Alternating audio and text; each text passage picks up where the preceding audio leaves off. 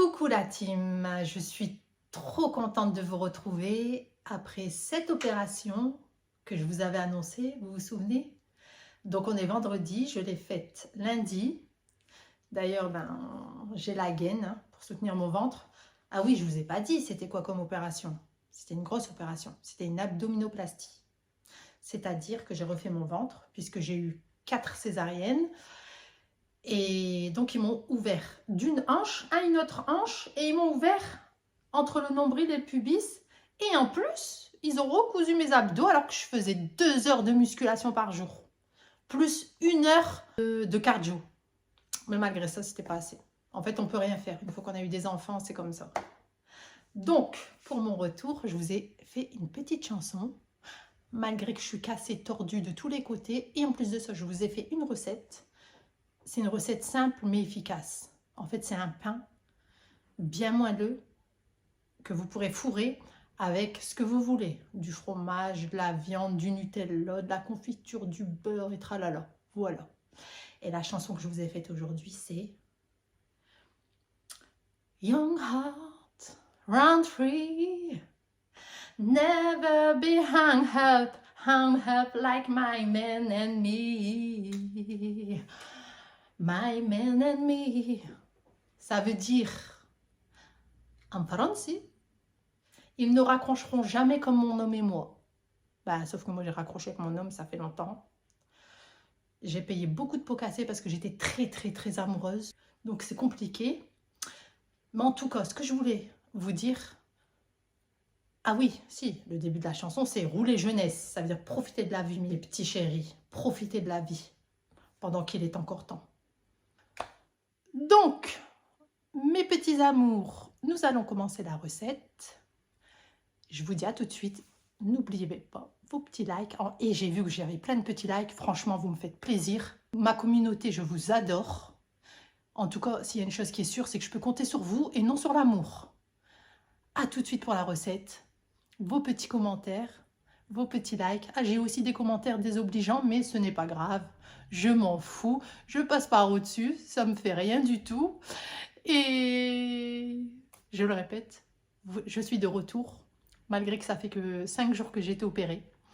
Je suis là. À tout de suite. Pour la recette, vous aurez besoin de levure, d'huile, de farine, de lait et de sel. On commence par verser le lait, l'huile, ensuite la levure et on mélange bien le tout.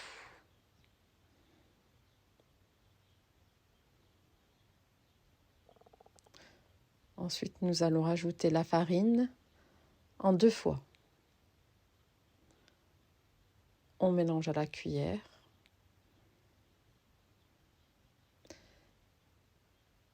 Dès que la pâte commence à se former, vous rajoutez le sel. Et ensuite, la deuxième partie de la farine. Et on continue ainsi, mais sauf qu'on a enlevé la cuillère. Et on continue à pétrir avec les doigts. C'est mieux pour sentir la pâte. Et les petits bouts qui s'envolent, vous les récupérez. Pas de gaspillage. Et voilà. Et vous pétrissez comme ceci. Vous essayez de récupérer toute la pâte collée au saladier. Je suis vraiment une anti-gaspilleuse, moi. Et on la pétrit comme ceci. J'avais un peu de misère parce que j'ai mal au ventre. Mais c'est pour ça que je suis un peu tordue d'ailleurs sur la vidéo. Donc, on rajoute toujours cette petite pointe d'huile pour décoller la pâte de nos doigts et décoller la pâte du saladier et pouvoir mieux la pétrir. Mais elle restera légèrement coulante, mais sera très agréable à manier. En tout cas, moi, j'aime bien la pâte. Vous le savez. Je suis une mordue de la pâte. Je suis une amoureuse de la pâte. J'aime travailler la pâte, ça me défoule. Ça me fait du bien, c'est comme une thérapie. On vient huiler son saladier et on laisse reposer la pâte 1 heure sous un film alimentaire. Moi, au bout d'1 heure, elle avait très bien gonflé. Mais elle a tellement gonflé qu'elle a dégonflé. Vous voyez? Mais regardez, comme elle a bien gonflé. Et on va venir la débarrasser avec la corne. Ah oui, bien sûr, avant, on effleure toujours le plan de travail. Sinon, elle va coller et on va avoir un peu de difficulté à la travailler. Moi, je dis dans la vie, il faut se faciliter les choses. Pourquoi faire compliqué quand on peut faire simple, n'est-ce pas, mes amis? Voilà, vous récupérez toute la pâte. Ensuite, moi, j'ai pris 3 plats, mais bien sûr, il m'a fallu un 4e plat en cours de route.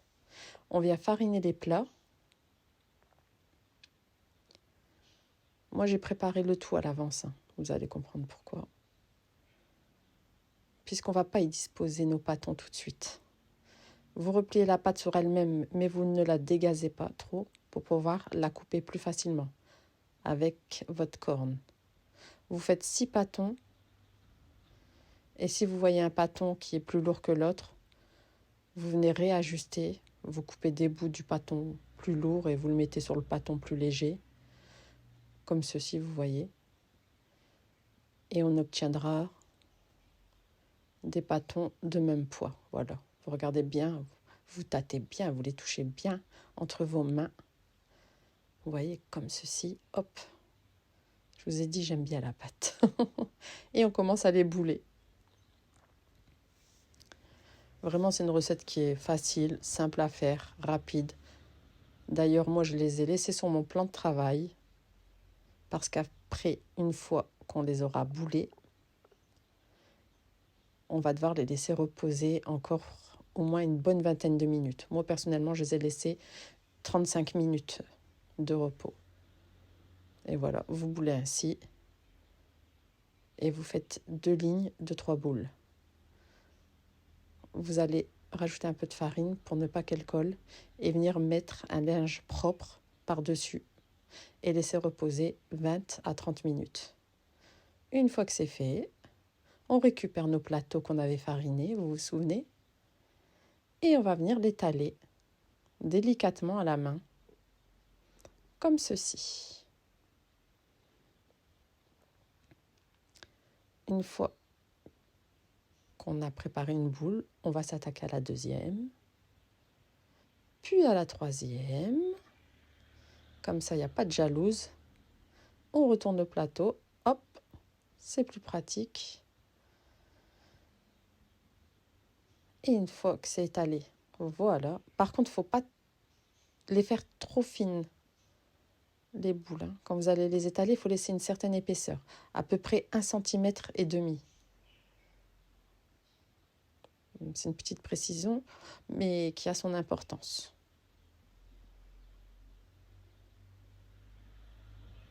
Vous voyez le 4e plat que j'ai dû rajouter pour la 6e boule. Et on procède de la même façon. Entre deux, on va préparer le badigeonnage. Donc, il vous faudra 3 cuillères à soupe de mascarpone, mais personnellement 2, ça suffisait. 2 cuillères à soupe d'huile, mais 1 cuillère, ça suffisait aussi.